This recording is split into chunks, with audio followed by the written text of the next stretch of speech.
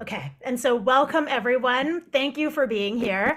I'm Carmen. My pronouns are she, her, hers. I'm the editorial director here at Jane, and I am so excited to welcome our guest today, Kim Samuel, activist, educator, movement builder, and author of On Belonging, Finding Connection in an Age of Isolation, which, as you can see, was incredibly thought provoking because of my 1 million post-it flags. And just real quick, a little background on Kim. She's the founder of the Samuel Center for Social Connectedness, an academic lecturer at institutions including Oxford, Harvard, and McGill.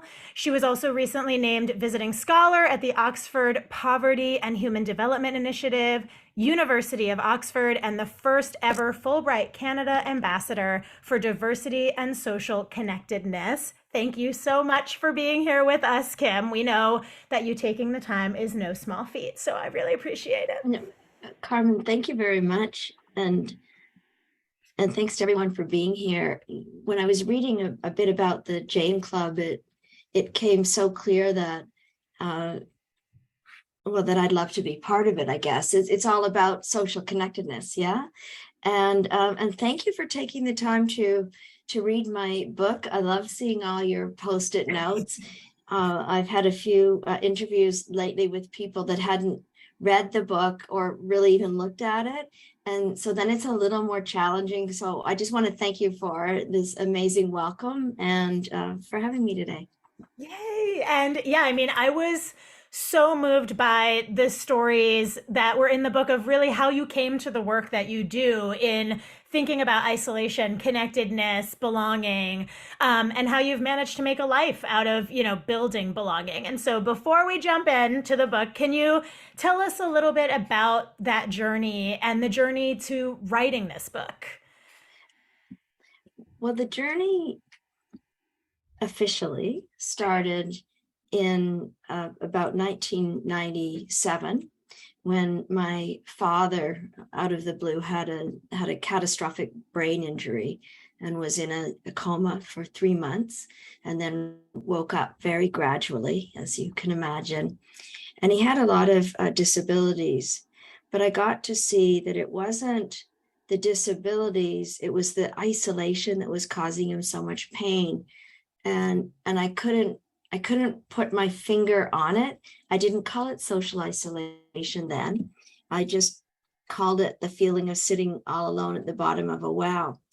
And the better he got in terms of reacquiring certain skills, especially communications, I saw him getting sadder, if that makes sense. And I thought, well, it's the isolation. It's not the disabilities. It's the way that people are perceiving and treating him because of his disabilities. And I got to think about that in relation to people who are experiencing poverty or homelessness, or people that are forced migrants, that it's the thing, if you will, that makes people treat one another differently because of that, and that it's really painful. So that was part one of the journey. And part two was not many years later and I know you know all this, Carmen, so I'm just going through, and thank you. I was introduced to Nelson Mandela in 2002, and I was introduced by his wife, Gracia Michelle. And she began the conversation by asking me how I was doing since my father had passed, which had been 2 years earlier. And I told her and him, and to remember that Nelson Mandela and I weren't hanging out on a regular basis. This was a huge moment in my life. And mostly I was afraid of getting it wrong. But I looked at him after saying to her that how much I missed him, but that my work now was very much focused on social isolation on the one hand, on the other hand, the importance of social connectedness. And then I looked at him and I said, of course, you've never been isolated.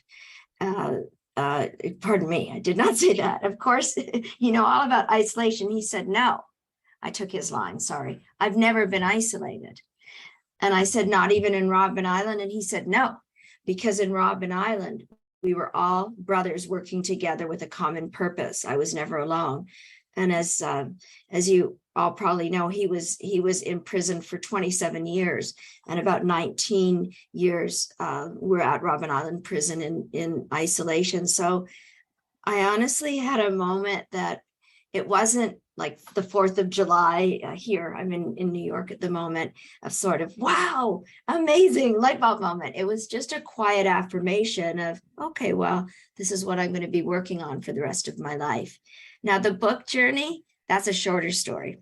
That journey started in my mind around 2010 and in earnest in 2016, or really 2017, when two things happened. One is that I thought I knew enough to write this book, and two, I was confident enough to give it a go.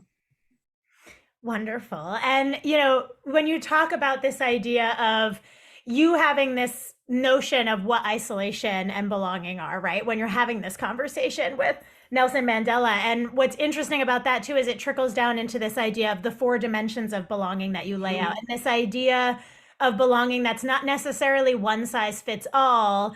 But I'm curious if you could give us a little quick overview so that folks are all caught up during the conversation on what we're talking about here when we talk about what belonging is. Sure.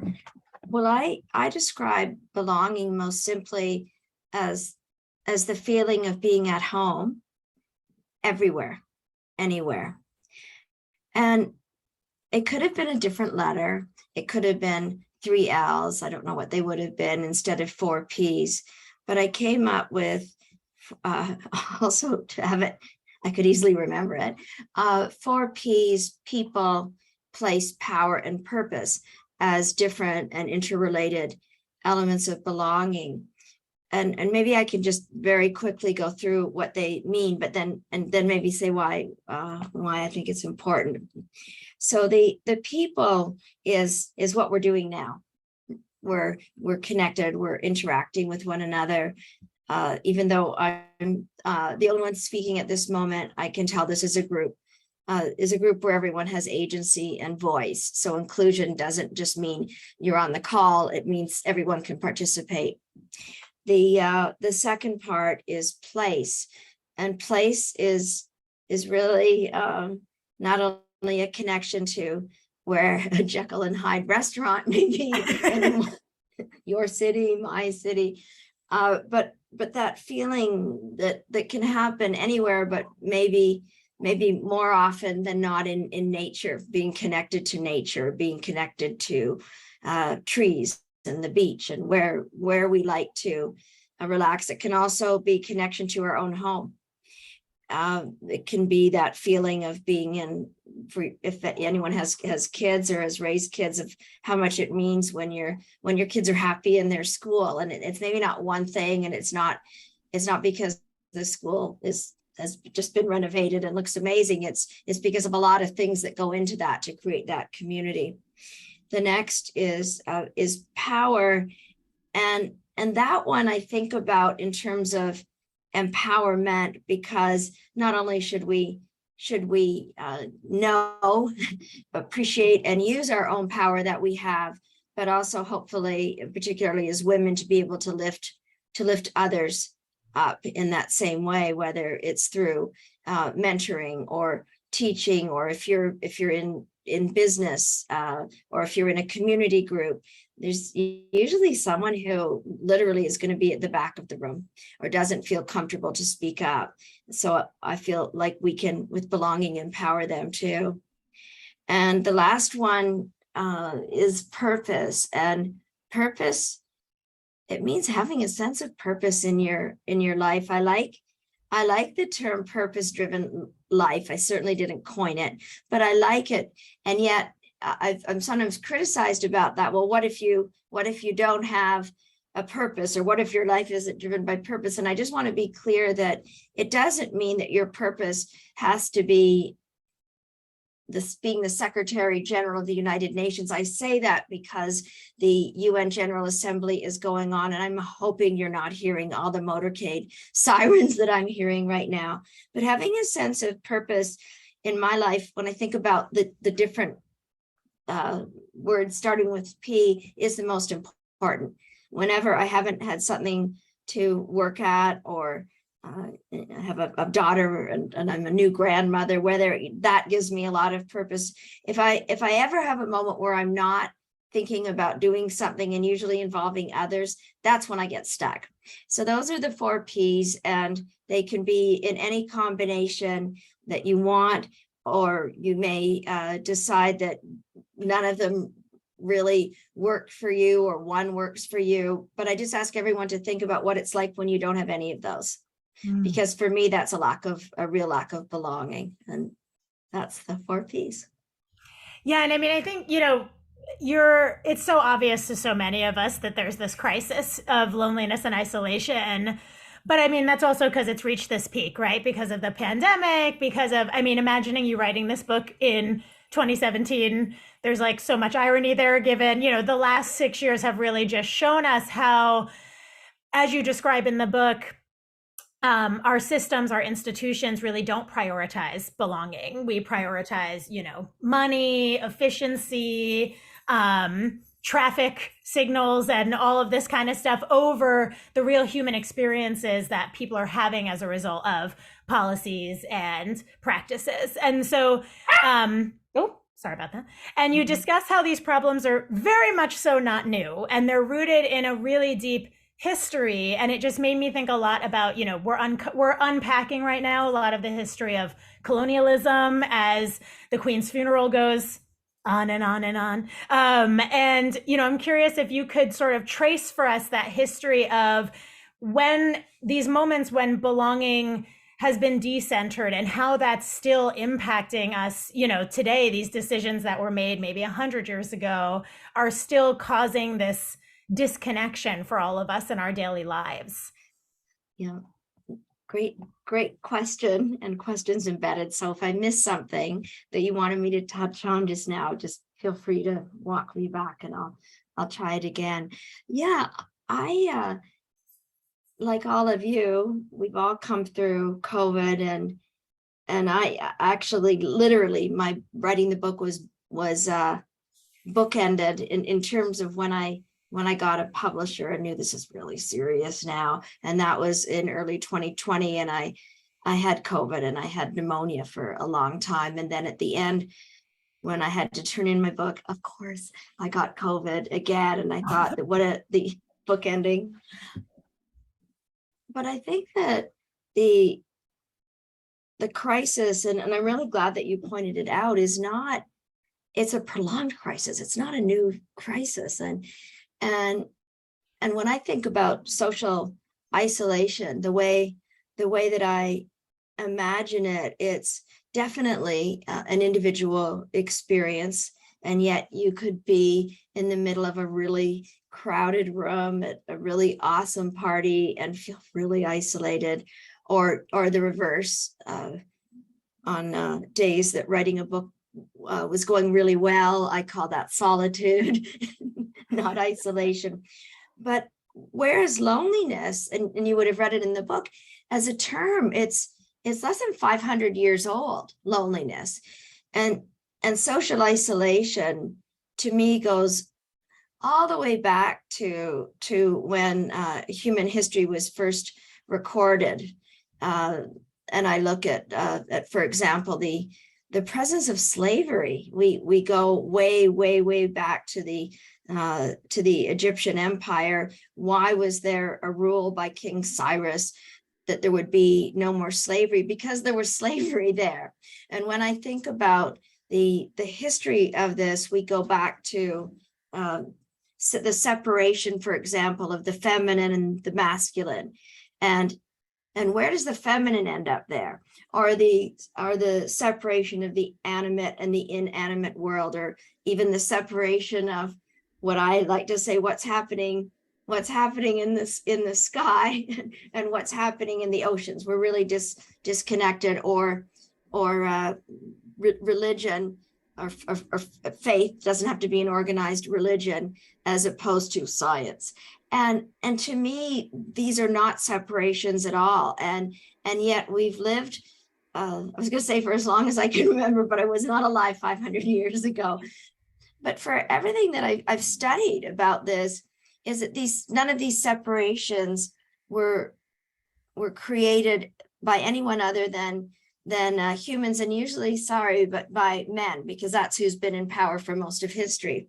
So I think that COVID, and I wish it didn't take this to do it in a way, for sure, woke us up to what it was like first to be physically isolated, especially if you lived alone and in an apartment where you couldn't even go down the elevator if there was another person from another apartment. That was painful, and I'm sure you all know people I do that are still dealing with the trauma, and I would use that word trauma of that. And then we look at what's happened in particular to women and employment and so on, and who's paying the greatest price. But this has been always with us, this othering, turning one person into something lesser, lesser than you, in order for you to come up. And when I think about why, as you pointed out, Carmen, we see this everywhere. We're talking about isolation everywhere. And I'm in New York City I'm in the middle of 2 weeks here. I see the word belonging everywhere, including places where that there is no belonging, because that door to where it says belong is actually locked, or that park is only open to those who have a key to get into it. So it's not really the same as belonging. But I think that in terms of bringing it back into our consciousness as a right, not just something that we know all humans need to belong, I think that that's a huge challenge. I realize it can sound so easy. Well, okay, so this is really nice. Like, what's new here? Well, when I think about what's not new here is any systemic changes since the onset of COVID. We can look at, for example, so-called care homes for older people, and the atrocities in not all, but some of them, that were laid bare, of people not being respected, their dignity being violated, and psychotropic drugs being given to people with Alzheimer's and dementia, so that they sleep a lot. And this is more for research that I'm citing from an organization called Human Rights Watch. Things really haven't changed. So we all know what we need to do, and yet what you talk about, the economics, the finance, the things that we don't think are related, I think are all related. This isn't just a niche area. They're all related, because if we acknowledged everyone's right of belonging and responsibility to each other's, then we wouldn't think it was okay for somebody to not have shelter. We wouldn't think it was okay for somebody to live in a situation of danger. We wouldn't think it was okay for cities that are experiencing global warming, which would be most cities in the world, to have areas within those cities that are experiencing much more, and urban heat islands, and that they would be the same areas with a lot of poverty and so on. We just wouldn't think it was okay.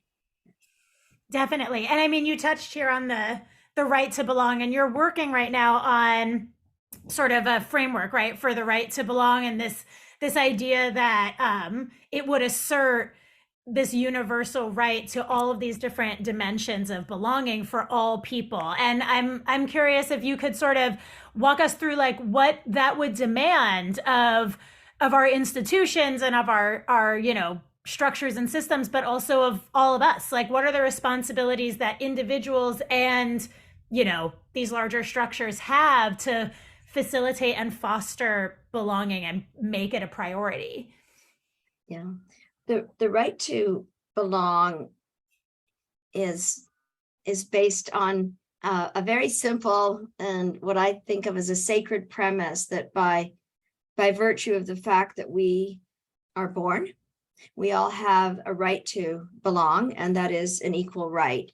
And then I say, well, go ask someone whose birth was never registered how they feel they belong, or what didn't have the opportunity for an education. And I know you can all think of a dozen examples probably right now. Those are just a couple.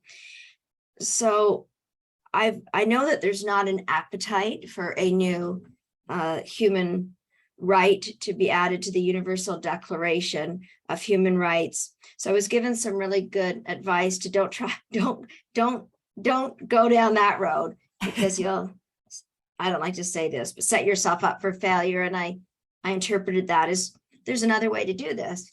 And that is to look at the right to belong as a way of lifting up a lot of neglected human rights.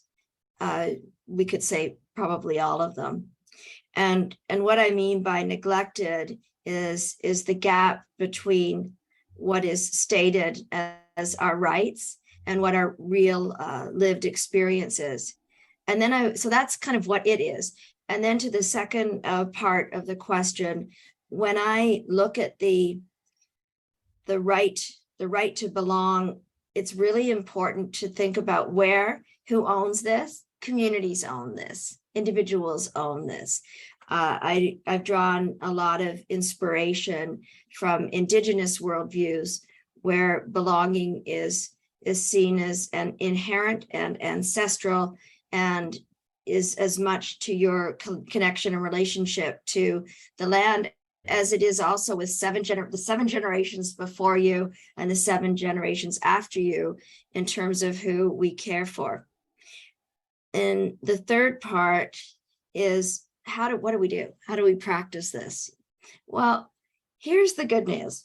I think a lot of us are doing this already, and we either don't know it, or it isn't something that we highlight as being really important, because maybe it's what you're doing in your community. Maybe it's how you're caring for a neighbor who isn't doing well or is ill. I think especially as women, we just do that. We just do that. And when I think of organizations, and the book is full of examples of people that honestly, they don't know that that's what they're doing, if that makes sense. They build an organization. There's an example in the book of Dixon Shabanda from Zimbabwe, a story I will tell in 30 seconds, but just to say, he's a psychiatrist from Zimbabwe, a country with over 20 million people, and 2 psychiatrists for the whole country. So he, several years ago, started something called the Friendship Bench, which literally means that in a community, there will be a bench.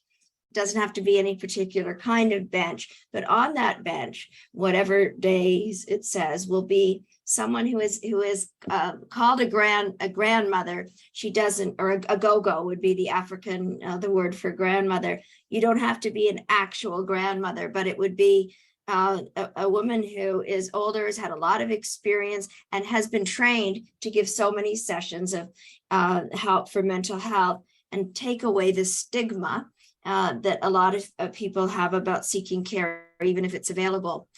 So not only do you have this, what Dixon created, but with every story in the book, there may be that one inspiring person that had the idea. I introduce them, I honor them, and then I leave them very quickly, because to see how belonging is and how it works, you need to see where is the ownership of that. Well, it's the grandmothers, but it's also the people that come to the bench. And if you're on the bench one time in either capacity, you are part of a community circle. And that circle meets regularly in a lot of different communities. And I've got some, I didn't get to put pictures in the book, but anyway, maybe another time, but photos of communities sitting around and outside somewhere, and they get together, and the session will be led by the grandmothers and the people that are on the bench. And they are probably struggling with something. We could all be struggling with something, but they're there working collectively to solve a problem in the community. And I love that, because that takes away another stigma, which is that if you're suffering, you don't have a lot to give. And as you know, Carmen, I think seeing all those Post-its, you could be answering these questions probably better than me, because it's very fresh for you. But in all of the examples that I write about, you really can't tell when you go there who is giving and who is receiving, because it's reciprocal. And the ownership, again, is in the community. So when I say about lifting up something as a right, it's because if we want to solve any major problem today, I don't think anyone is disassociated from the other one. And if we can think about it in something that sounds like a cuddly, wrap the blanket around it term like belonging and lift it up to that level, then I think we've got an amazing tool to work with. Definitely. And, you know, your book is full of inspiring stories like this of, like you said, like an individual or a few members in a community doing something that has this really big impact on the community and creates this reciprocity and these systems of connection and care and belonging.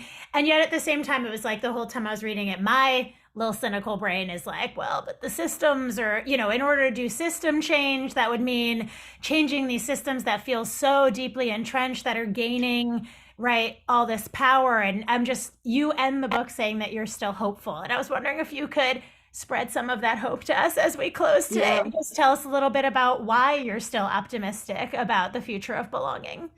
Well, because I've seen it, and I see it as I see isolation, but I also see belonging all over the place. I think we just have to have, I don't know, kind of a wake up to it. I also want to say about systems, I'm very hopeful about belonging because of systems that we all know now need to be drastically changed. And I would like to invite anyone who's interested to join me in creating a peaceful revolution about just that. It's pretty hard if a system doesn't support your belonging, doesn't see you as a whole person. If the system isn't right, how can we possibly feel that we belong in it?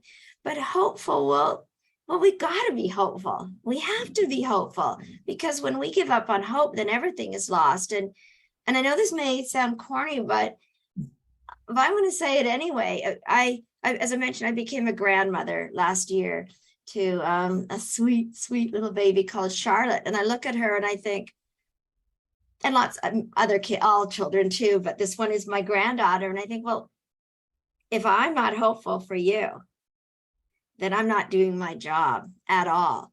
And I think hope comes naturally to us. I think hatred does not, defeat does not, systems that are not based on people does not. We just need to put this bright lens on them. And I agree with you. The systems need to be changed. But how empowering is that for all of us? And we can work together. Yeah, peaceful revolution. Only that, Carmen. That's all I'm calling for. just a little peaceful revolution. Well, thank you so much. I'm like, the optimism is contagious. And thank you so much for being here with us today, for writing this book. It has been an honor, and it was such an incredible opportunity to learn and get so inspired by all these stories. And so thank you for the work you're doing, for taking the time. I am dropping the link in the chat right now for people to buy a copy of the book immediately so that they can also be hopeful and inspired. And yeah, thank you so much for being here. I just want to say that it was such an honor to be invited here, because this is the club, and you're inviting someone who's not part of that. And I've just had a wonderful time. So really, thank you. Thank you very much. I'm so glad. Thank you. And have a wonderful afternoon. Thanks. Thank you, everybody. Be well. All right. And I hope that everyone is ready to get back to work, because now we are turning to our final work sprint of the day. Hold on.